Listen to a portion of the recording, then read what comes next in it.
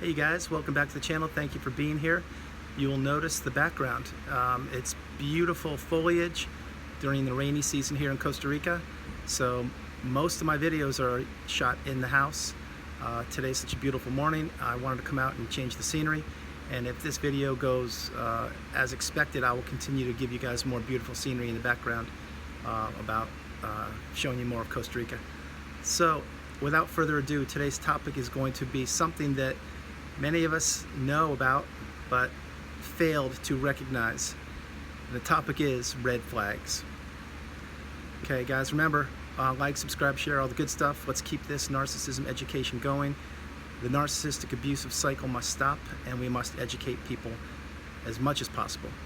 Thank you very much for being here. So, red flags. Here we are. You're in the narcissistic abusive cycle. You just met somebody, or you've ended the narcissistic abusive cycle. No matter what part of the relationship this is, and it could be spouse, it could be business, it could be brother, sister, familiar, it could be anything, family. The point being that along your path, what you did is you recognized, wow, there are some red flags here. This person doesn't quite do, they don't react properly, or they're not treating me with respect, or they're, I have anxiety when I'm around them. Or a classic in the spouse relationship would be they say things and they don't do them. They don't follow through. So not to get into future faking and all of that, but the point being is they will say things like, yeah, of course I'm going to change. I want to do better. I want to help out. I want this to work out. And that you'll never get a change from that. You'll never get a concrete, substantial change. So these are all red flags. That's not even counting things like, let's say you go to dinner. Again, it can be it's any relationship with the narcissist. Let's put it that way. You go to dinner though, and somebody, the narcissist, which at the time you did not know was a narcissist, they're treating the wait staff poorly. Huge red flag. And you may say, Andrew, what are you talking about? Many people treat wait staff poorly. Well, first of all, they shouldn't be doing that because it's not nice.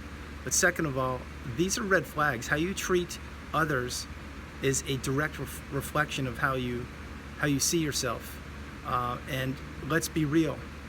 On this channel, I've mentioned many times now, the narcissist, what they do is if they feel that you are in a position to help them out, financially, emotionally, physically, mentally, intellectually, status, whatever it is, believe me, they're going to be very nice to you. Very nice to you. However, somebody like, say, at the wait staff, a waiter or somebody, a server, they're not really in a position like that, are they? So, again, think about it for a minute. The wait staff is there to serve you food and take your order and hopefully get it correctly. But they're working as hard as anybody. And if the narcissist or the perceived narcissist doesn't treat them with respect like they would the CEO of some big company, that's a big red flag. You need to treat everybody equally. And that's something I live by and something you should live by too.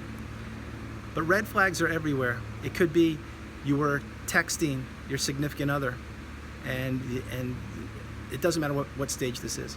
But if you're texting them and you're going back and forth and then all of a sudden radio silence, but yet you look and they've seen the messages and they just haven't replied and it's been a while, that's a red flag.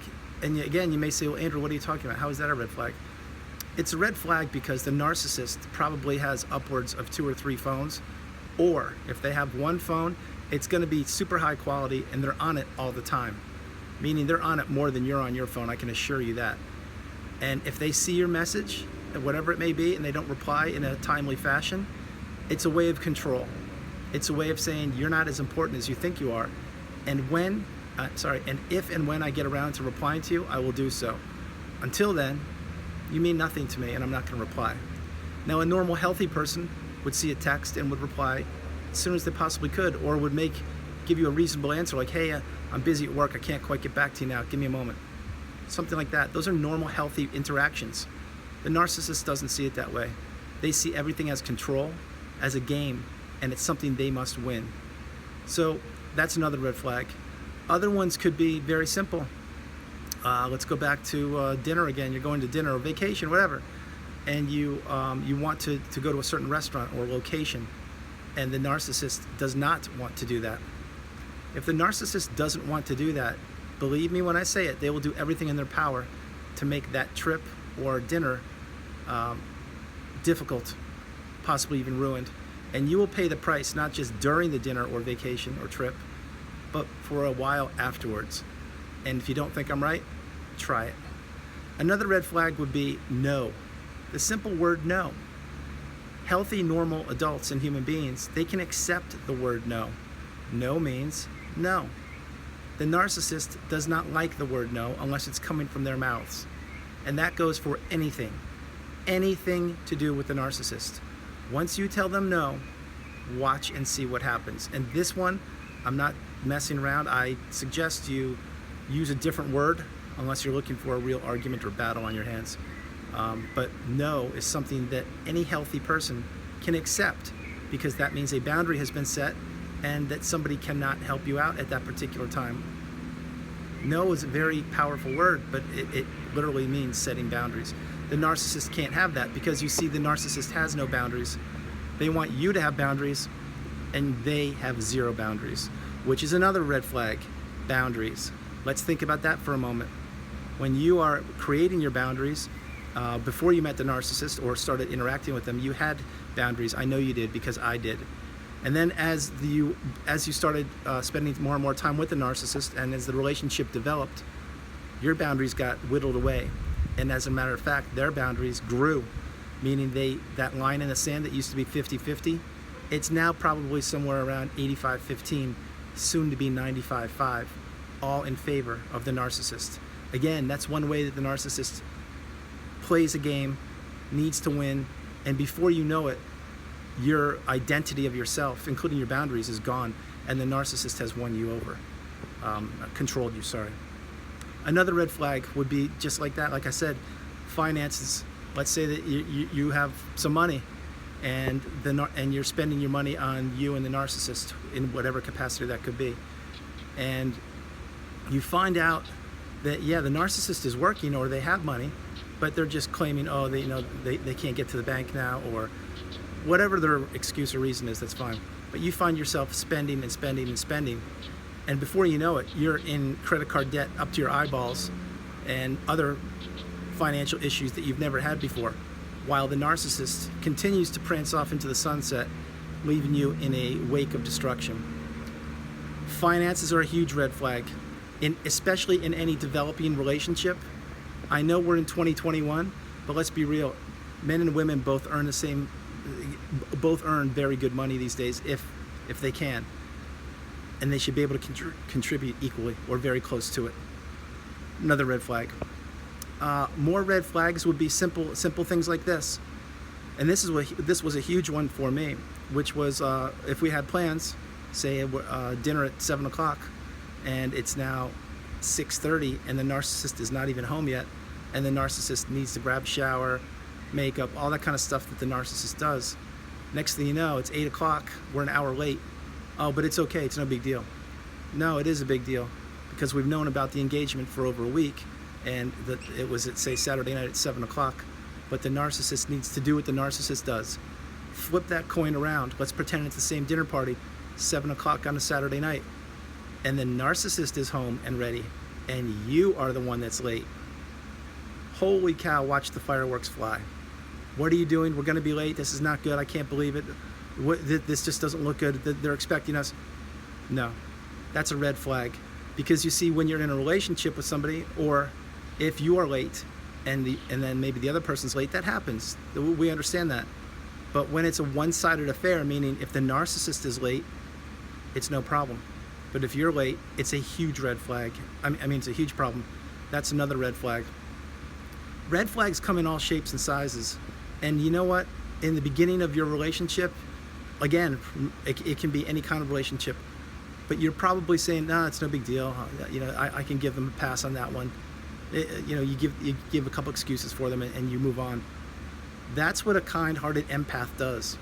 And then you'll find out, again, that boundary is being pushed. And before you know it, all the things that you had considered to be red flags, you've gotten accustomed to being taken for granted. In other words, the red flags in the beginning that are so apparent and you overlook them, eventually you don't really see them because you're so beaten down and you're so subservient to the narcissist, you don't even consider them red flags. They become normal to you. And this is true, guys. And when they become normal, that's when you've lost your sense of self. And again, that's when the narcissist has you. And believe me, control is all they want. Control over everything from your time, your finances, your appearance, your social connections, job, money, everything. Believe me, if you're watching this, you know what I'm talking about. Red flags are abundant. Red flags are everywhere. Looking back on my relationship with my 6-year marriage, there were red flags everywhere. And I mean everywhere. The further I get away from the relationship, the more I see red flags. And by no means am I looking, oh yeah, that was a red flag. I'm not doing it to make myself feel better. I'm an honest person. And I am trying to be completely authentic and genuine and say to myself, was that a red flag? Okay, no, maybe it wasn't. Maybe it was. And then as I do this, I sincerely am finding so many red flags, things that I, as an intelligent human being, I knew better. And I did know better. I just did not listen to them. And I can say that the whole thing is my fault. No, it's not my fault. I was in love and I did exactly what I felt was appropriate to meet my partner, to get married and to have a great life. At the end of it all, had I known that I would be abused for 6 years, manipulated, controlled, dominated, felt less than, not talked to, gaslit, and all the other things, I would have never pursued this relationship ever. And the reason why I did pursue the relationship was because it was my time. And I thought I was in love, and I was. But more importantly, I didn't even know the narcissist existed. And now I do. And now I understand what signs to look for. And red flags are huge, and your instincts, your gut is huge too. But going back to the red flags, if you're watching this video in any part of your relationship and you're sensing that something's not quite right, I highly suggest you take a pen and paper out or put it on your smartphone. Put some notes down about, hey, these are potential red flags. I put the red flag down, the date, and what happened. Put it in a place where no one else can see it, of course, just you. And then you can reference this, believe me, guys, and I'm gonna do a whole video on this later, but you can reference this later and say, what? Because your memory may not be the best. I mean, you may think it's the best, but believe me, you won't remember everything. So if you have it documented, then you're gonna be like, oh my God, that's right, I remember this now. And this is a trick, wrong word.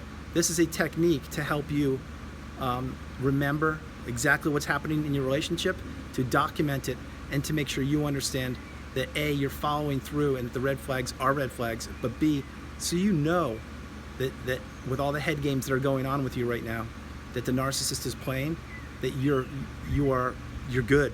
You're in the right spot. They're the one that's in the wrong. Guys, I'm gonna end the video now. I hope you enjoyed the background. I love you all. God bless you. And I'm here. Please comment below and let me know what you think about the video and the background, and have a great day. I love you all. You're not alone. And God bless you guys. Okay, bye-bye.